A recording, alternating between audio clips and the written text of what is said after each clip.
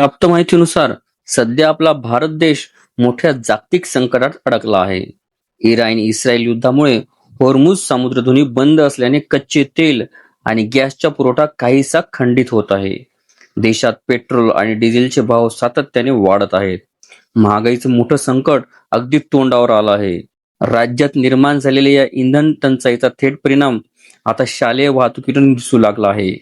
अनेक ठिकाणी school bus सेवा विस्कळीत होण्याची शक्यता निर्माण झाली असून पालकांसह विद्यार्थ्यांची चिंता वाढली आहे. याच पार्श्वभूमीवर आता आठवड्यातून फक्त 3 दिवस शाळा भरवण्यात याव्या असा नवा प्रस्ताव समोर आला आहे. पुढील महिन्यामध्ये म्हणजेच जून मध्ये राज्यातील सर्व शाळा सुरू होणार आहेत.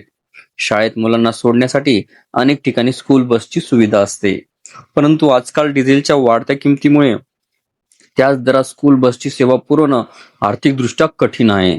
अशावेळी इंधन बचत आणि त्या माध्यमातून पैशाची बचत व्हावी यासाठी एकाच सत्रामध्ये शाळा सुरू ठेवाव्यात अशी मागणी स्कूल बस संघटनेकडून करण्यात आली.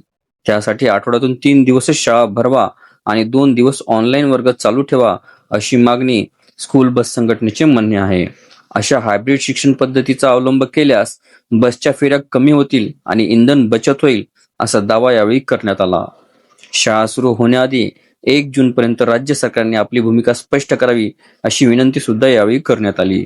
सध्या अनेक शाळांमध्ये वेगवेगळ्या शिफ्ट चालू आहेत. बस चालकांना दिवसातून अनेक वेळा फेरा माराव्या लागतात. साहजिकच त्यामुळे इंधनावर मोठा खर्च होतो. यावर उपाय म्हणून सर्व शाळांनी मिळून एकच वेळ निश्चित केली पाहिजे, ज्यामुळे बसची धावपळ सुद्धा कमी होईल असं असोसिएशनचं म्हणणं आहे.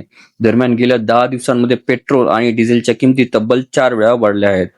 तज्ज्ञांच्या मते वाढत्या आंतरराष्ट्रीय कच्च्या तेलाच्या किमती, रुपयाची घसरण आणि वाढत्या आयात खर्चामुळे तेल कंपन्यांवर दबाव वाढला आहे. याशिवाय रिफायनिंग मार्जिन मधील बदलांचाही इंधनाच्या दरावर परिणाम होत आहे. बराच काळ किमती स्थिर ठेवल्यानंतर सरकारी तेल कंपन्या आता हळूहळू वाढीव खर्च ग्राहकांवर लादत आहेत. यामुळेच 10 दिवसात पेट्रोल आणि डिझेल प्रति लिटर सुमारे 5 रुपयांनी महाग झाले आहे. आपल्याला व्हिडिओ आवडले असल्यास चॅनलला नक्कीच लाईक, शेअर आणि कॉमेंट्स करायला विसरू नका. तसेच चॅनलला ऑल नोटिफिकेशन्स ऑन करून सबस्क्राईब करा, जेणेकरून व्हिडिओचे सर्व नोटिफिकेशन्स आपल्याला सर्वप्रथम मिळतील. लवकरच आपण पुढच्या व्हिडिओमध्ये भेटूया. तोपर्यंत नमस्कार.